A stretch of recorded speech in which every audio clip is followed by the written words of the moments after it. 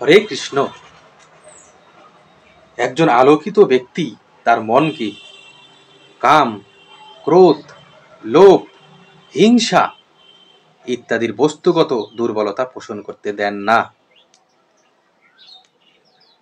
তবেই মন অবিচলভাবে পরমাত্মার উপর চিন্তা করতে পারে এবং ঐশ্বরিকতায় স্থির থাকতে পারে।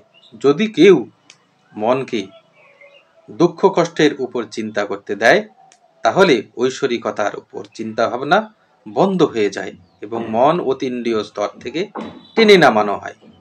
নির্যাতনের প্রক্রিয়া একইভাবে কাজ করে। বর্তমান যন্ত্রণার চেয়েও বেশি অতীতের যন্ত্রণার স্মৃতি এবং ভবিষ্যতের যন্ত্রণার আশঙ্কা মনকে যন্ত্রণা দেয়। কিন্তু যখন মন এই দুটিকে ছেড়ে দেয় এবং কেবল বর্তমান সংবেদনকে হাতড়ে বেড়াতে হয়, তখন যন্ত্রণা আশ্চর্যজনকভাবে একটি পরিচালনাযোগ্য আকারে সংকুচিত হয়। এটা সুপরিচিত যে ঐতিহাসিকভাবে বৌদ্ধ ভিক্ষুরা আক্রমণকারী বিজেতাদের নির্যাতন সহ্য করার জন্য একই কৌশল গ্রহণ করেছিলেন।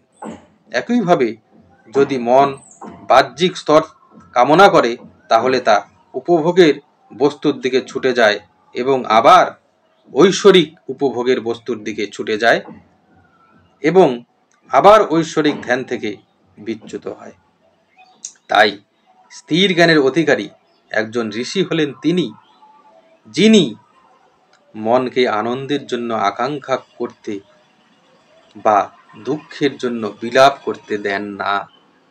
অধিকন্তু এই ধরনের ঋষি মনকে ভয় এবং ক্রোধের তাড়নার কাছে নতি স্বীকার করতে দেন না। এইভাবে মন অতীন্দ্রিয় স্তরে অবস্থিত হয়। নমস্কার। হরে কৃষ্ণ।